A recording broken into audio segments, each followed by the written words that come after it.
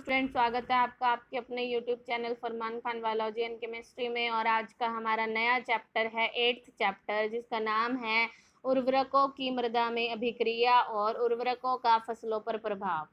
इस चैनल पर हम एग्रीकल्चर केमिस्ट्री और एग्रीकल्चर बायोलॉजी की डेली वीडियो डालते हैं। 11:30 बजे केमिस्ट्री की वीडियो डाली जाती है और 12:30 बजे बायोलॉजी की वीडियो डाली जाती है। तो अगर आप इस चैनल पे नए हैं तो आप इस चैनल को सब्सक्राइब कर लें और पास में जो बेल आइकन है उस पर आप क्लिक कर दें ताकि आपको डेली इस चैनल की नोटिफिकेशंस मिलती रहें। तो इससे पहले मैंने फर्स्ट चैप्टर और 12th चैप्टर करवाया था एग्रीकल्चर केमिस्ट्री का। अगर आप नए हैं तो जाकर आप फर्स्ट चैप्टर और 12th चैप्टर भी कर सकते हैं। तो देखें, आज का हमारा टॉपिक सबसे पहले हम स्टार्ट करते हैं उर्वरक। तो उर्वरक क्या होते हैं? देखें, उर्वरक अकार्बनिक पदार्थ होते हैं। सबसे पहली बात, उर्वरक अकार्बनिक पदार्थ होते हैं। अकार्बनिक पदार्थ कौन से होते हैं? जिनमें कार्बन नहीं पाया जाता। अकार्बनिक पदार्थ वे पदार्थ होते हैं जिनमें कार्बन नहीं पाया जाता। और इन अकार्बनिक पदार्थों को क्या किया जाता है? इनको प्रयोगशाला में या कारखानों के अंदर तैयार किया जाता है। तो वे अकार्बनिक रासायनिक पदार्थ जो कारखानों में तैयार किए जाते हैं और इनमें पौधों के पोषक तत्वों की मात्रा अधिक पाई जाती है। इनमें पोषक तत्वों की मात्रा अधिक पाई जाती है। कुछ उर्वरक कार्बनिक रूप में भी पाए जाते हैं। तो कार्बनिक उर्वरक का अगर आप लोगों से एग्जाम्पल पूछ लिया जाए तो कार्बनिक उर्वरक का एग्जाम्पल यूरिया होता है। क्या होता है? यूरिया। तो वैसे तो उर्वरक अकार्बनिक पदार्थ होते हैं, लेकिन कुछ अपवाद स्वरूप कार्बनिक रूप में भी उर्वरक पाए जाते हैं, जैसे कि यूरिया। अब हम बात करें उर्वरक की, तो उर्वरक और खाद में क्या डिफरेंस होती है? जो खाद होती है, खाद में सभी प्रकार के पोषक तत्व पाए जाते हैं। सभी प्रकार के पोषक तत्व, चाहे तो वो आवश्यक पोषक तत्व हो, चाहे वो हमारे गौण पोषक तत्व हो, चाहे वो हमारे सूक्ष्म पोषक तत्व हो। जैसे पोषक तत्वों को भी कई भागों में बांटा गया। जैसे सबसे पहले होते हैं आधारीय तत्व। कौन से तत्व होते हैं? आधारीय तत्व। तो आधारीय तत्व कौन कौन से होते हैं? कार्बन, हाइड्रोजन और ऑक्सीजन, ये हमारे आधारीय तत्व होते हैं।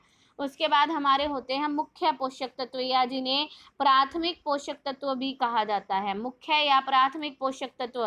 तो मुख्य और प्राथमिक पोषक तत्व के एग्जाम्पल है NPK। पौधों को इनकी सबसे ज्यादा भरपूर मात्रा चाहिए होती है। सबसे ज्यादा मात्रा इन्हीं की चाहिए होती है, नाइट्रोजन, फास्फोरस और पोटेशियम। उसके बाद हमारे आते हैं गौण पोषक तत्व, या जिनको द्वितीय पोषक तत्व भी कहा जाता है। इनकी पौधों को मात्रा तो चाहिए होती है, परंतु मुख्य पोषक तत्वों से कम चाहिए होती है। इसका एग्जाम्पल होता है calcium, sulphur, magnesium. Calcium, sulphur और मैग्नीशियम। उसके बाद आते हैं हमारे सूक्ष्म पोषक तत्व, जिनकी पौधों को कम मात्रा में आवश्यकता होती है, जिसके एग्जाम्पल कई हैं, जैसे कि मैग्नीज है, लोहा है, ठीक है, कॉपर है, जिंक है, क्लोरीन है, बोरोन है, मोलिब्डेनम है। तो ये सब सूक्ष्म पोषक तत्व होते हैं। तो जो खाद होती है, खाद, उनमें ये सभी पोषक तत्व पाए जाते हैं। खाद में ये सभी पोषक तत्व पाए जाते हैं, परंतु थोड़ी थोड़ी मात्रा में पाए जाते हैं। जबकि उर्वरक में केवल 1 या 2 पोषक तत्व ही पाए जाते हैं, लेकिन उर्वरक में 1 या 2 पोषक तत्वों की भरपूर मात्रा पाई जाती है।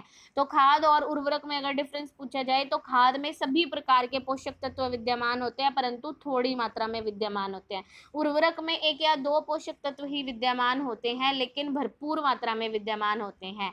ये सभी जल विला उर्वरक होते हैं तथा पौधे आसानी से और शीघ्र ही पोषक तत्वों का शोषण कर लेते हैं। कि इन उर्वरकों को पानी में घोला जाएगा और पानी में घुलने के बाद क्या होगा? ये पौधों के द्वारा आसानी से सोख लिए जाते हैं। रासायनिक उर्वरकों की अगर हम बात करें, किसके आधार पर? पोषक तत्वों की उपलब्धता के आधार पर। अगर हम रासायनिक उर्वरकों का वर्गीकरण करते हैं तो पोषक तत्वों की उपलब्धता के आधार पर इनको 5 भागों में बांटा गया है। नाइट्रोजनधारी उर्वरक, ये पौधों को नाइट्रोजन प्रदान करने का कार्य करते हैं। फास्फेटिक उर्वरक, ये फास्फोरस प्रदान करने का काम करते हैं। पोटेशिक उर्वरक, ये पोटेशियम। ये देखो, तीनों मुख्य पोषक तत्व है ना, NPK। यौगिक उर्वरक और एकल उर्वरक, 5 भागों में रासायनिक उर्वरकों को बांटा गया है। तो सबसे पहले हम बात करते हैं नाइट्रोजन धारी उर्वरक की। तो नाइट्रोजन धारी उर्वरकों को भी कितने भागों में बांटा गया है? 4 भागों में बांटा गया है। किस हिसाब से? कि उनमें कौन सा आयन प्राप्त होता है। उस आयन के आधार पर इनको 4 भागों में बांटा गया है।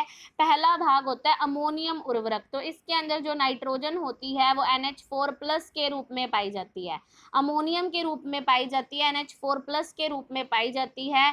भूमि में इसका उपयोग करने पर यह मृदा के सूक्ष्म कणों के साथ चिपक जाती है। क्यों?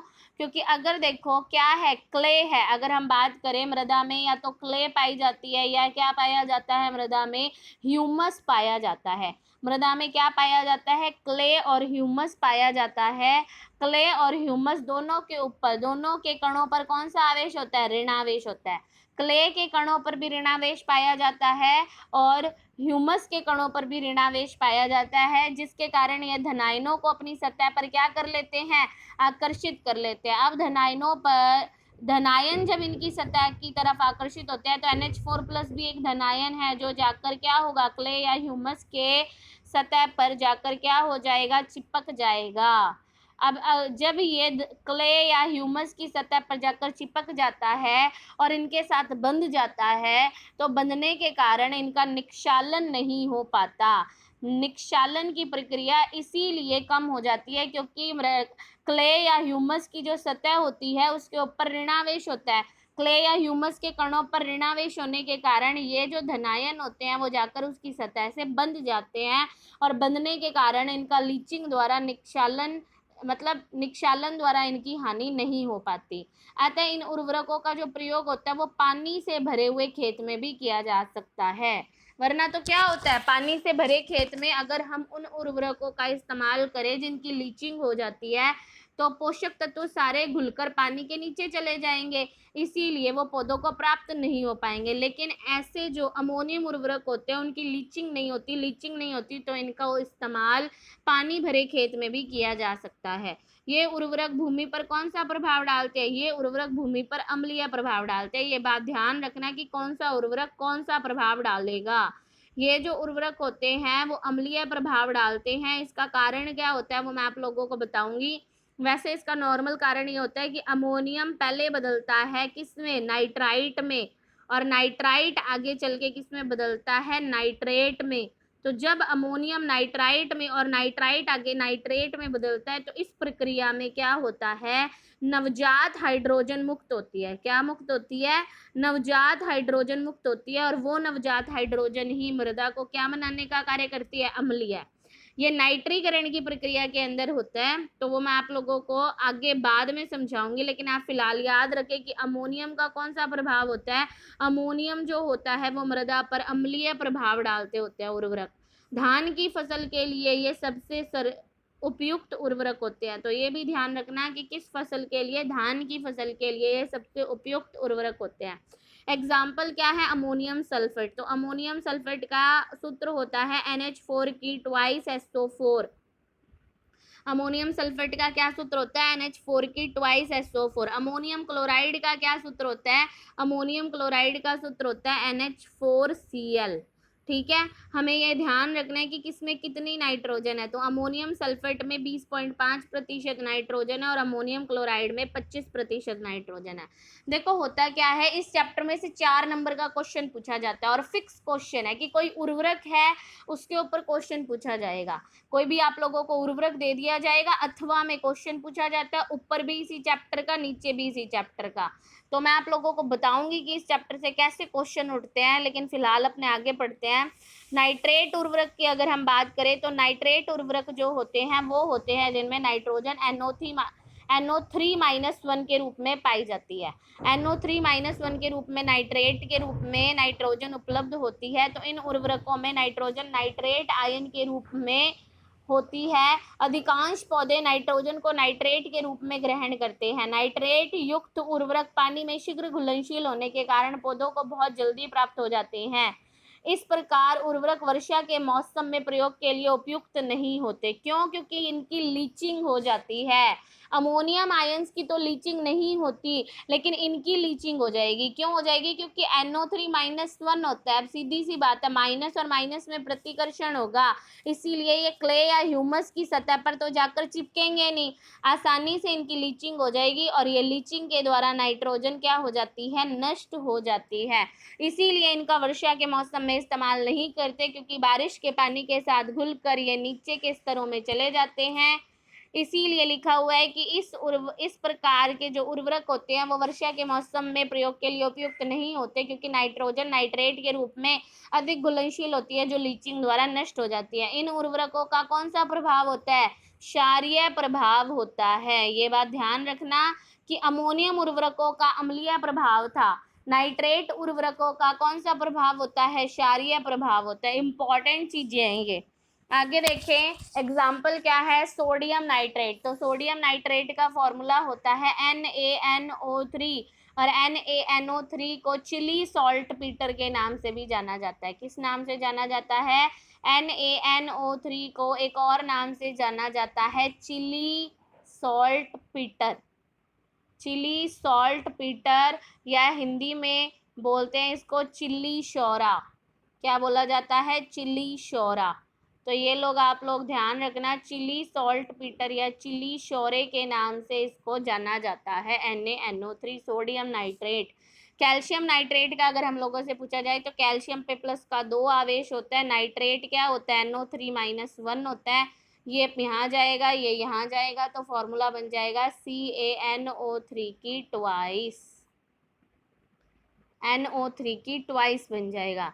फिर है पोटेशियम नाइट्रेट। पोटेशियम नाइट्रेट क्या होता है? KNO3।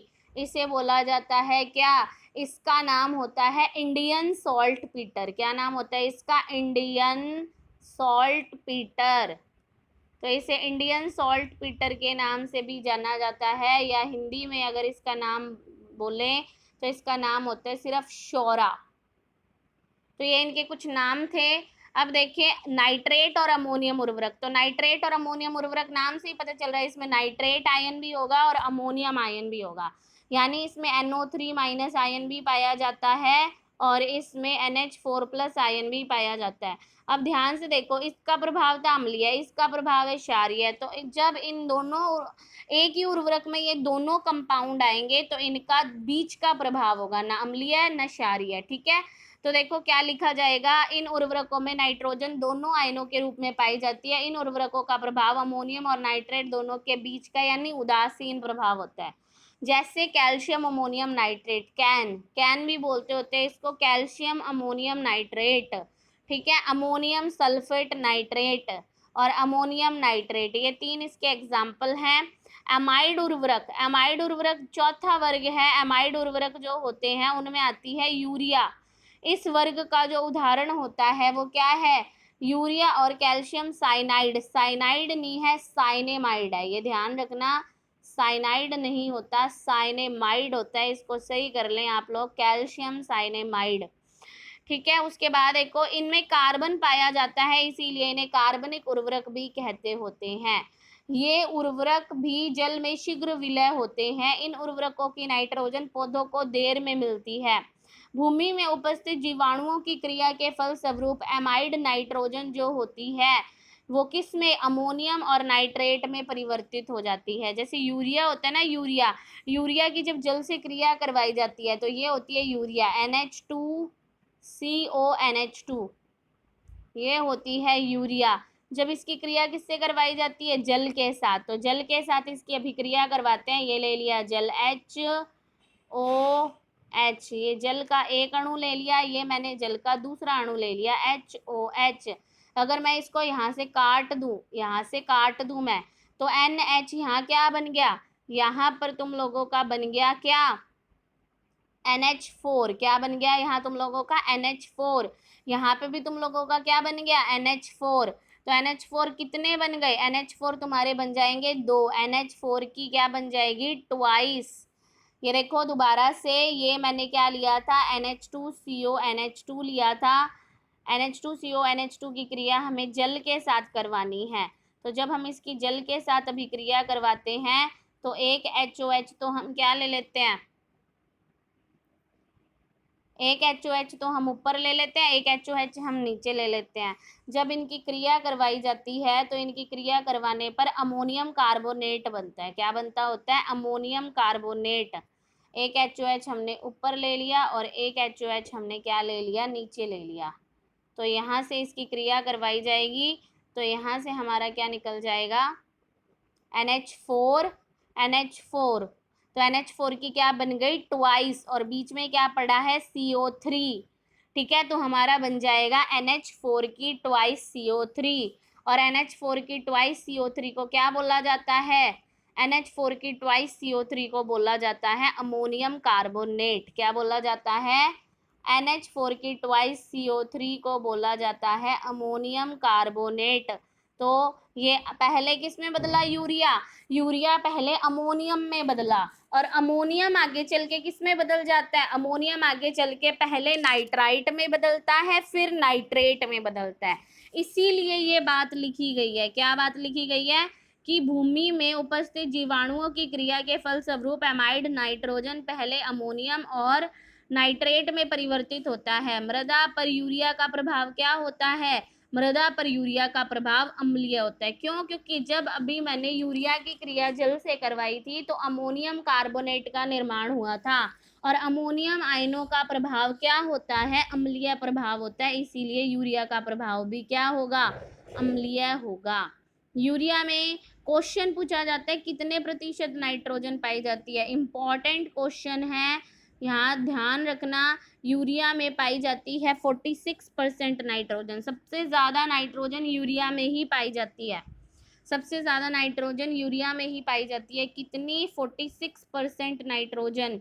और उसके बाद अगर हम बात करें कैल्शियम साइनेमाइड की, ये देखो वहाँ गलत लिखा हुआ था ना, यहाँ सही लिखा हुआ है कैल्शियम साइनेमाइड, जिसका फॉर्मूला होता है CaNCN।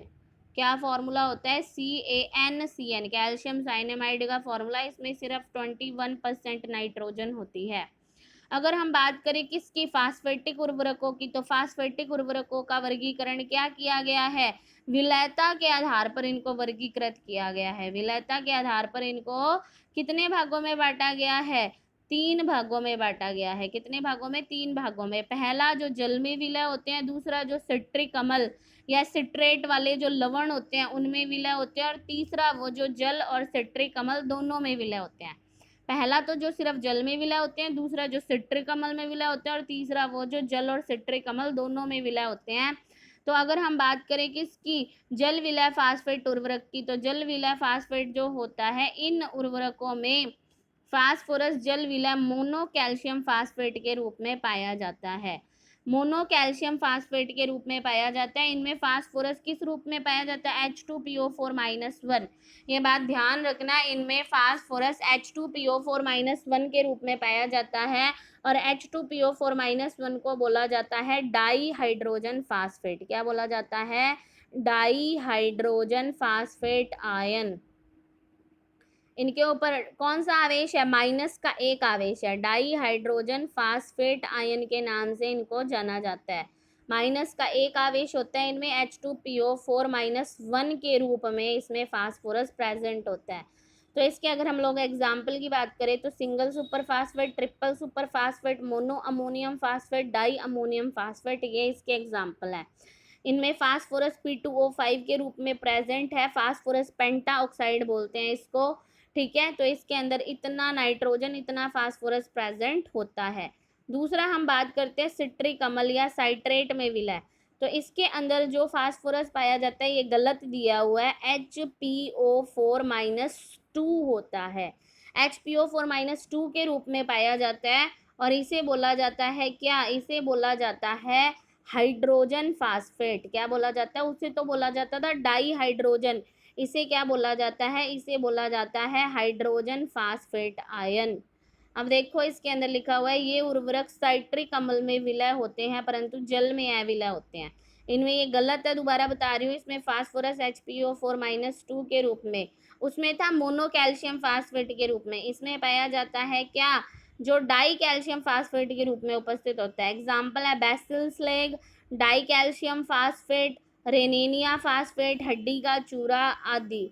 उसके बाद जल और साइट्रिक अम्ल दोनों में विलय की अगर हम बात करें तो जल और साइट्रिक अम्ल दोनों में विलय, दोनों में विलय नहीं आएगा, यहाँ दोनों में अविलय आएगा, ये बात ध्यान रखना।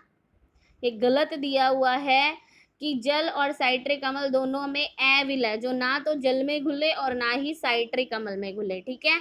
अब हम बात करते हैं देखो कि इस श्रेणी में ऐसे उर्वरक आते हैं जिनका फास्फोरस ना तो जल में घुलता और ना ही साइट्रिक अम्ल में। ठीक है, तो यहाँ विलय की जगह विलय लिख लेना है। ये केवल खनिज अम्लों में, खनिज अम्ल कौन होते हैं, जैसे HCl, H2SO4, HNO3, ये होते हैं खनिज अम्ल। ठीक है, हाइड्रोक्लोरिक अम्ल, सल्फ्यूरिक अम्ल, नाइट्रिक अम्ल, इन्हें बोला जाता है खनिज अम्ल। ये इस रूप में ये पौधों को प्राप्त नहीं होता, मतलब ना तो ये मोनोकैल्शियम फास्फेट के रूप में, ना ये डाई कैल्शियम फास्फेट के रूप में। ये क्योंकि पौधों को जब ये जल में भी विलय नहीं है और ये साइट्रिक अम्ल में भी विलय नहीं है, तो ये पौधों को प्राप्त नहीं होगा। एग्जाम्पल है रॉक फॉस्फेट, जिसके दो एग्जाम्पल है, Udaipur rock phosphate, Mussoorie rock phosphate. दूसरा है हड्डी का चूरा और तीसरा है वाष्पित हड्डी का चूरा। तो आज हमने क्या किया, नाइट्रोजन धारी और फास्फेटिक धारी उर्वरकों के बारे में बात की। कल हम पोटेशिक एकल उर्वरक और यौगिक उर्वरक के बारे में बात करेंगे। तो अगर आप लोगों को ये वीडियो पसंद आई है तो इस वीडियो को लाइक ज़रूर करें और इस चैनल को सब्सक्राइब कर लें। हम लगातार इस चैनल पर एग्रीकल्चर केमिस्ट्री और एग्रीकल्चर बायोलॉजी दोनों की वीडियो डालते रहते हैं। तो आप लोग इस चैनल को सब्सक्राइब कर लें ताकि आप लोगों को नोटिफिकेशन टाइम टू टाइम मिलता रहे। इसके बाद हम आप लोगों को ये भी बताएंगे कि भाई इस चैप्टर में से क्वेश्चन किस टाइप के पूछे जाते हैं, कितने नंबर का कौन सा क्वेश्चन पूछा जाएगा, ताकि आप लोगों को अच्छे से तैयारी हो जाए। बिल्कुल, धन्यवाद।